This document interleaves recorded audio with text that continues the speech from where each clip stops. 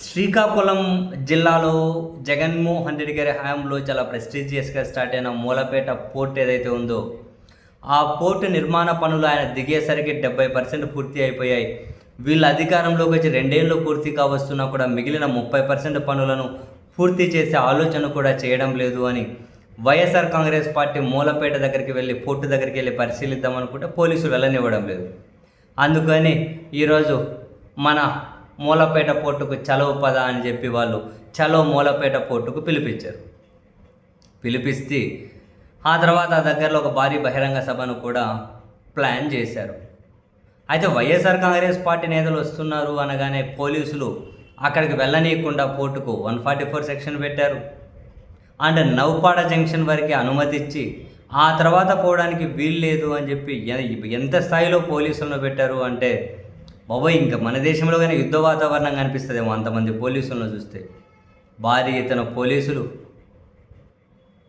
ఈ ముళ్ళ కంచెలతోటి రోడ్లన్నీ బ్లాక్ చేశారు.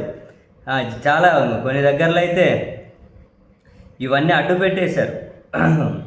ఏంటివి, ఈ జేసీబీ లాంటివి అడ్డు పెట్టేసి, టిప్పర్లు అడ్డు పెట్టేసి, రోడ్లను టిప్పర్లతో కానీ అడ్డు పెట్టేశారు. ఎంతమంది పోలీసులు అసలు మూలపేట పోటు పోకూడదు అని కాదుకూడదని చెప్పి వైఎస్ఆర్ కాంగ్రెస్ పార్టీ నాయకులు అక్కడికి వెళ్ళే ప్రయత్నం చేస్తే వాళ్ళని అడ్డుకొని నియరెస్ట్ పోలీస్ స్టేషన్కి కూడా తీసుకెళ్లే అవకాశం అయితే ఉంది.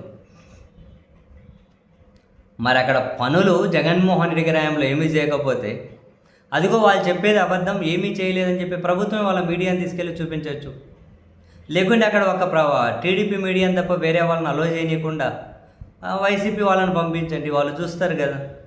వైసీపీ వాళ్ళ సమక్షంలో చూపెట్టండి ఎంతవరకు పనులు జరిగాయి, ఎందుకు ఈ ప్రభుత్వం ఆ ప్రాజెక్టును ఆ పోర్టు నిర్లక్ష్యం చేస్తూ ఉంది అని.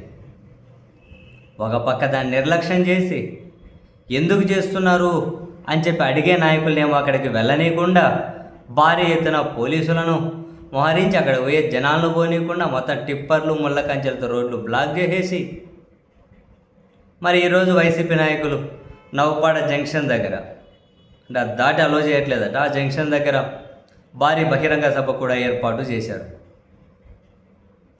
మరంతా సక్రమంగా జరుగుతాయా? వైసీపీ నాయకులు వెళ్తామంటే కనీసం కొందరినైనా అలో చేస్తారా?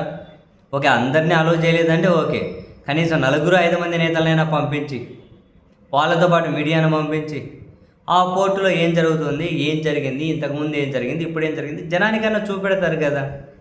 ఎందుకు వాళ్ళు అక్కడికి వెళితేనే ప్రభుత్వానికి ఏమి ఇబ్బంది వచ్చి పడుతుంది, ప్రభుత్వానికి వచ్చినటువంటి నష్టం ఏంటి, ఇంతగానం పోలీసుల మొహరింపు ఏంటి, ఎందుకో ఏమో మరి.